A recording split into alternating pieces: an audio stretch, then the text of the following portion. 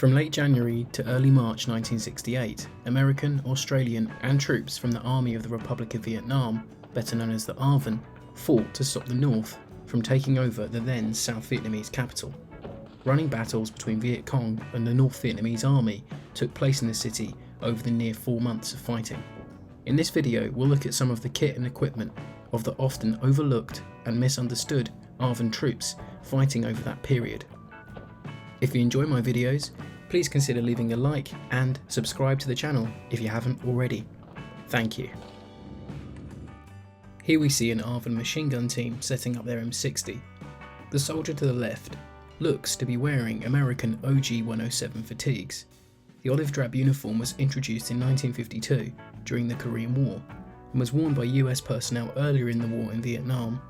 Hand-me-down uniforms like this were common among ARVN units, who were given stocks of surplus American kit and equipment before and during the war in Vietnam. He also appears to be armed, although we can't see it, with a Browning automatic rifle, as he wears a BAR ammo belt around his waist. Belts like this have been issued since 1937 at the earliest, and were popular in Vietnam with Special Forces units for their deep pouches.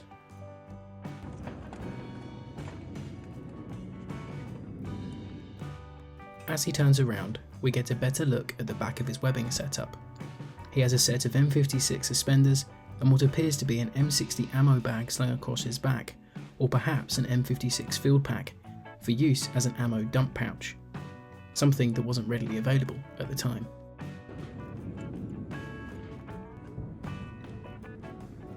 As two ARVN airborne troops search this Viet Cong fighter, we get a good look at the Republic of Vietnam Airborne Division patch.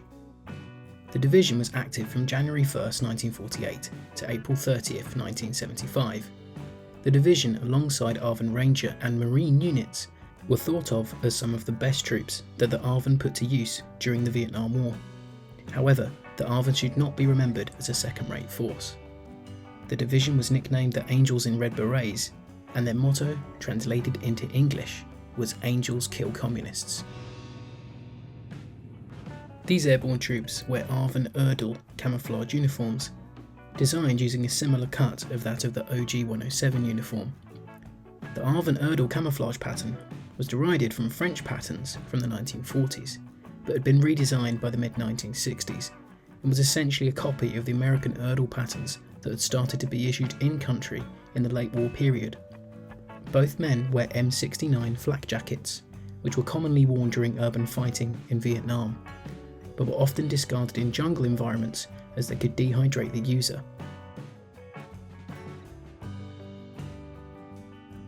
Although not an ARVN issue weapon, this paratrooper proudly shows off a captured Chinese Type 56 assault rifle, often mistaken for the more famous AK-47 which it's copied from. The Type 56 is recognisable for the spike bayonet attached to the barrel. The Chinese assault rifle was supplied in large numbers to Viet Cong and NVA forces, being more prevalent than AK variants of Russian descent in country, and became a standardised Vietnamese weapon after the end of the Vietnam War in 1975, seeing action in the Sino-Vietnamese War and beyond. An ARVN soldier watches over a road with a vehicle-mounted 30 caliber machine gun, another Second World War era machine gun issued to ARVN units in great numbers. One MACV advisor reported after his tour with an ARVN Ranger unit in the late 60s that his troops were effectively armed like an American platoon from the Second World War. Firepower, not manpower, was often cited by advisors who fought alongside the ARVN as being one of the key factors that held back the South Vietnamese troops from being a well-rounded fighting force. Here we see the ubiquitous M16 assault rifle in the hands of a South Vietnamese soldier, a weapon that until 1968 was seldom seen in the hands of ARVN troops. An initial stock of 10,000 M16s was sent out for use by ARVN units, which initially were only given to Ranger and Airborne units after pressure was put on the then American President Lyndon B. Johnson to do so. One White House advisor remarking that he didn't seem to care about the South Vietnamese army at all. A MACV advisor commented on the need for the modern assault rifle for ARVN troops, saying, "Give the Vietnamese soldier an M16 and you'll make a tiger out of him." The BAR had been in service with the American Army since the First World War, and by 1968 standards was obsolete, but was indicative of the kind of weaponry available to ARVN units around that time. However, by the time of this film being taken, and as you can see by the footage in this video, ARVN units had received, or liberated, more up-to-date weaponry, such as the M16 and M60 machine gun. There is no hatred among the Vietnamese people and your own ones, so why are you killing the Vietnamese? This is probably an MVA or VC propaganda leaflet that has been dropped to try and make the South Vietnamese troops sympathetic to their cause and their fellow countrymen, albeit from different sides of the political spectrum. Here we see the 30 cal and what it was mounted on earlier.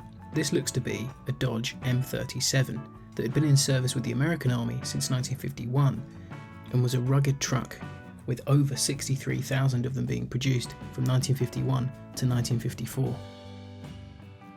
Here we have a brief look at an American who is advising the weapons team using the Dodge M37.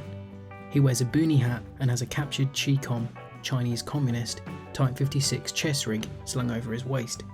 These chest rigs were commonly used by the Viet Cong and MVA and were often repurposed by American and South Vietnamese Special Forces units, as at the time there was no true American equivalent. Designed in the 1950s, the Chi-Com chest rig has seen action in multiple conflicts since its invention, including the Soviet-Afghan War, Iran-Iraq War, and the war in Afghanistan, and is still in use today. I hope you enjoyed this look at some ARVN kit and equipment from the Vietnam War. For more kit and equipment, check out my videos on the USMC in Hue here, or US advisors in Vietnam here. Thanks for watching.